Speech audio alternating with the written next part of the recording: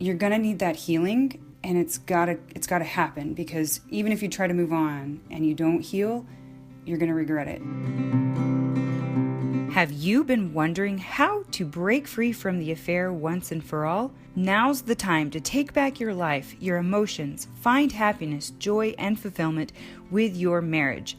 HealingBrokenTrust.com is the place where you can find resources to take the healing journey to the next level. You'll find incredible resources for every stage of your affair recovery journey. Connect with our team of qualified affair recovery therapists who stay current with the ever-growing, ever-changing affair recovery research that's available to help you heal wherever you are in the process. Take our home study course focused on helping you communicate and express yourself in a way that gets you what you want. You can also book an incredible one-on-one intensive retreat where, instead of dragging out the pain over months or years, you can condense the time it takes to heal in just a matter of days, using scientifically proven methods that work to help couples lower their guard, let go of the fear, melt the anger, and experience each other at a deep emotional level you may have never experienced before. So what are you waiting for? Go to HealingBrokenTrust.com. Welcome to Healing Broken Trust podcast with Brad and Morgan Robinson. Today we are talking about a very touchy subject that we've had numerous people ask us about. And it's this idea of, so my spouse, my partner, has had an affair, and now there's a child as a result. And we've had lots of people ask us, what do I do? How do I handle this? What do I need to know about something like this? And it's a very touchy and interesting subject to talk about, but I think we have a few things to say and really to shed some light on what you do when your spouse has now had a child with the other person. Mm-hmm. Brad, what are some of your thoughts? Let's start there. Okay, well, first of all, obviously, anytime there's an affair, it's a very unfortunate situation. And so for those of you listening who have gone through an affair, obviously Morgan and I are very sorry to hear that. And secondly, if there's a child involved, a love child, if you will, as a result of the affair, that's obviously a very tough situation as well, because it just further complicates things. Sometimes it stalls healing because one of the key factors in recovery is you feel safe that the affair is over, that there's no more relationship there. And this is like further tying you to this other person. Yeah. And so it just further ties you to the other person that you had the child with. And so maybe, they really can't cut off contact with the affair partner. They're going to have to raise a child together. And so there's not really like an easy way to do it. But at the end of the day, you have to put the child first and the child's needs first. The child didn't ask to be brought into the world this way. And so we have to look at the situation and say, how can we make a messy situation? How can we turn this around for the best? How can we turn this around into something good? And how can we create no more victims of this? Mm-hmm. How can no one else get victimized by this? And so you have to really make sure that child doesn't become a victim of the affair. Right. And that may mean really just being a bigger person, swallowing your pride, your humiliation, and being a bigger person. Now, if you already have kids and then this happens with someone else, obviously you're going to need a lot of therapy. There's no reason to skip out on therapy. That's a totally legitimate time to go get help and help the whole family work through this, because younger children, older children are going to be affected by this, and they're going to be really confused and have feelings of betrayal. They probably would even feel betrayal. Yeah. Now they have a new sibling that's not between mom and dad, and they too will be tied to this person for the rest of their life. Yeah. They're going to also have feelings of betrayal and wonder, kind of, what did I do wrong? And so because they're going to feel betrayed as well. And that's what people ask is, what did I do wrong? But you really have to put this new baby's needs first and interest first. It's going to require you to be a bigger person to be able to do that. And that means you're going to have to, if you're the one who's been injured and betrayed and this is not your child, it's very humiliating to stay with someone after that. But there's a lot of people that continue to do it. I haven't worked with anybody personally through this, but I knew someone once where it was a mixed race child where the wife had an affair with an African-American man, and they were very mature in how they dealt with it. The father, who was the father of the family, the husband and wife stayed together, and the wife had the baby and kept the baby, and he raised the child as his own. And it was a mixed race baby, and I saw one of the family photos. And I asked who's this? And she said, this is my sister, and explained the story to me. Yeah. And so that was an example of a very mature couple who worked through a lot of hard issues, because as you could imagine that, the father in that scenario would have been triggered every time he saw the baby. But he realized, this is not this baby's fault. The child didn't choose to be born into the world this way. And they were able to turn a very bad situation into something very good. Yeah. And so life-giving, for sure. Yeah, very life-giving, very life-affirming. And so you have to put the child's interest first. You've got to be a bigger person.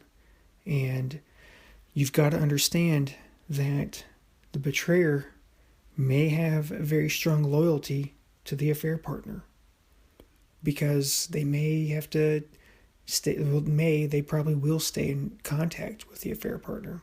So in that situation, I think it's very, it's a good time now to talk about the sort of boundaries that a couple in this situation would want to put up.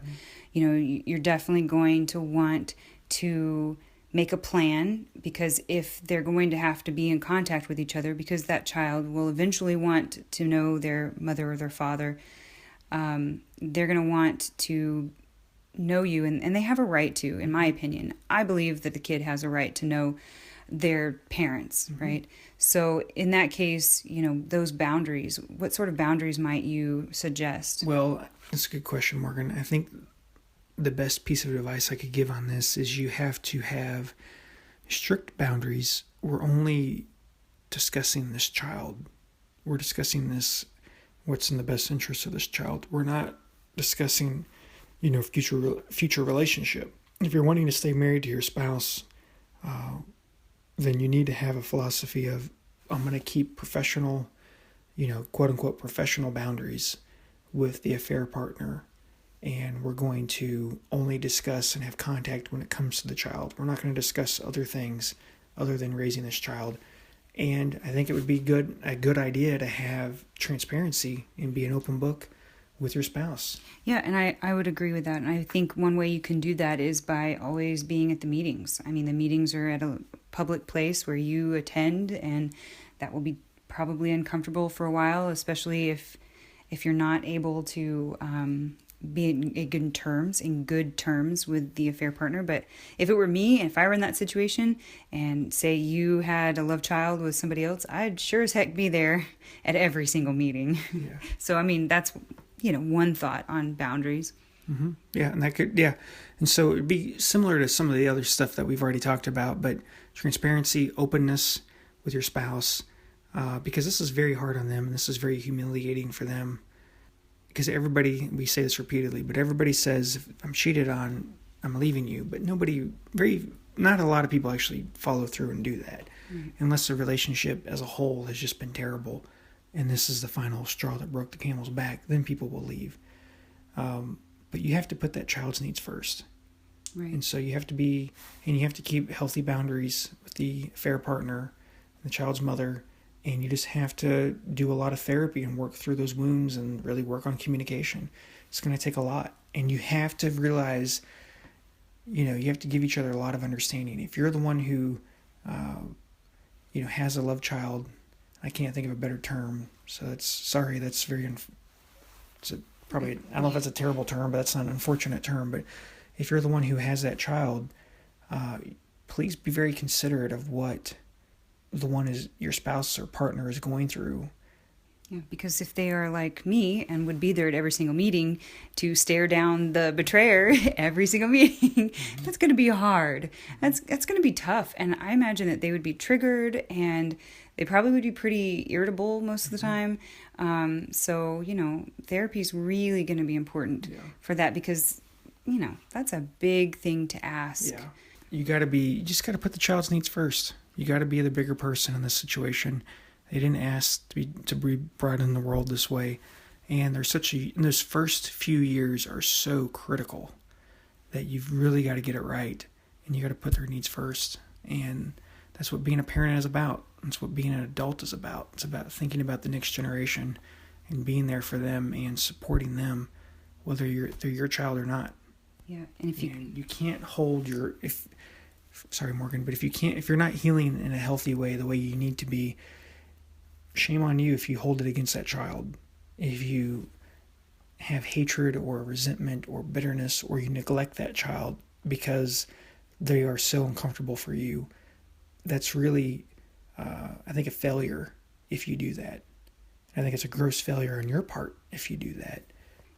You're taking out your baggage on a person. Someone who's helpless and who can't defend themselves. And really, you need to be directing it towards your spouse or or someone else. Mm-hmm. And you got to work through that. And this is a totally legitimate time to get therapy. Don't be cheap and think I can't afford it. You can't afford not to get it. That's right. Yeah, because if you think about it like this too. Even if you decide that, no, this is too much for me, I can't handle this, this is not going to work for me, which I think a lot of people would also genuinely say, I understand that. But if you decide, okay, I can't stay in this relationship, I can't do this, I can't go and be triggered every day or every week or every month or whatever, however long you meet with this person. If you cannot do that, then consider the fact that even if you decide to leave, that pain, that bitterness, that resentment, that fear, that anger, whatever you take with you is going to go with you into the next relationship. Mm-hmm.